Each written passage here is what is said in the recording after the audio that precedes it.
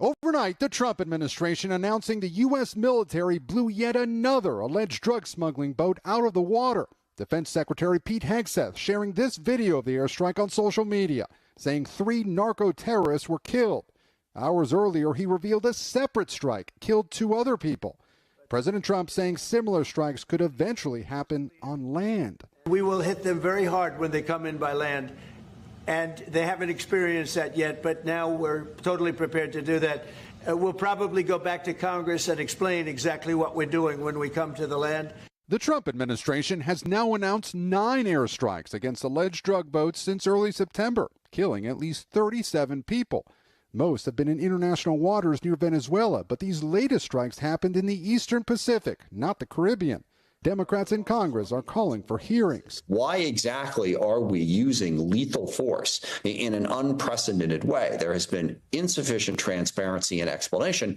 We don't even know exactly who is being hit. Officials in the Dominican Republic say they did recover cocaine from one of the boats destroyed in an airstrike. But the Trump administration has not presented evidence there were drugs in all of the boats. Even some Republicans are questioning whether the strikes are legal.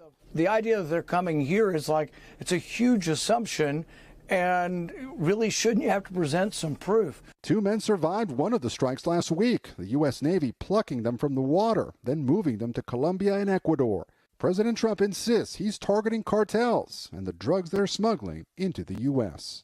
Every one of those boats that gets knocked out is saving 25,000 American lives, not to mention the torn up families all over the country.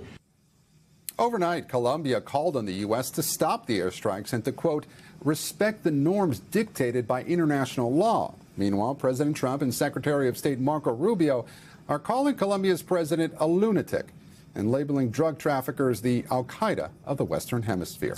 Craig? And Gabe Gutierrez starting us off there in Washington. Gabe, thank you.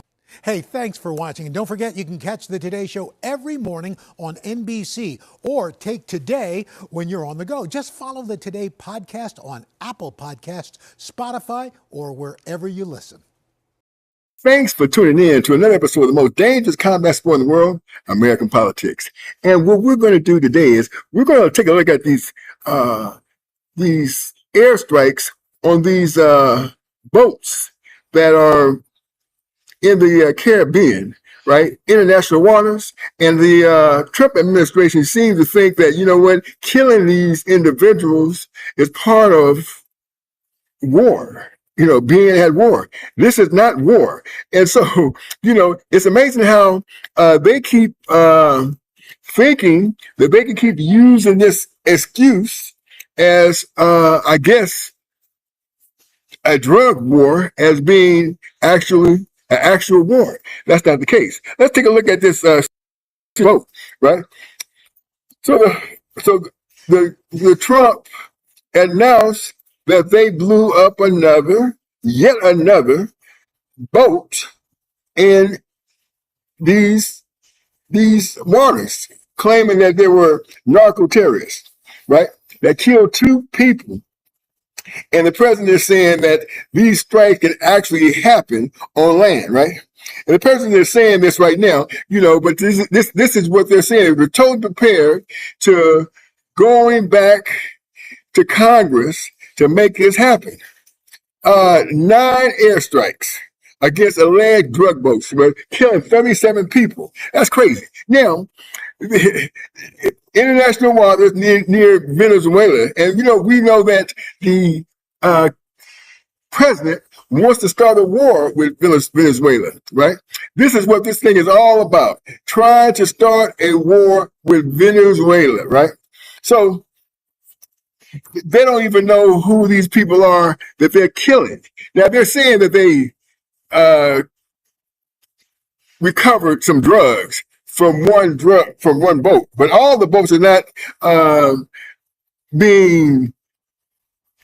In other words, they haven't confiscated drugs from every single boat that they have bombed. Right? This is crazy. 2 men recently in this video survived. There was another incident where 2 men survived and they still went ahead and killed them. So this is crazy. This is a war crime.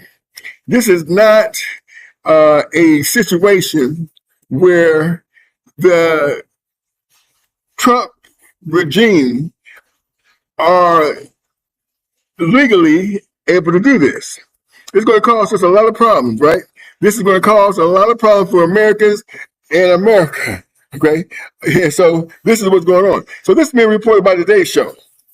But there's more to this story that have not been kept coming. Now listen, although there was a situation where this stuff is going on, I kind of paused from actually doing a story on this until we can get to the bottom of who is at fault. Because Hexteth is trying to toss a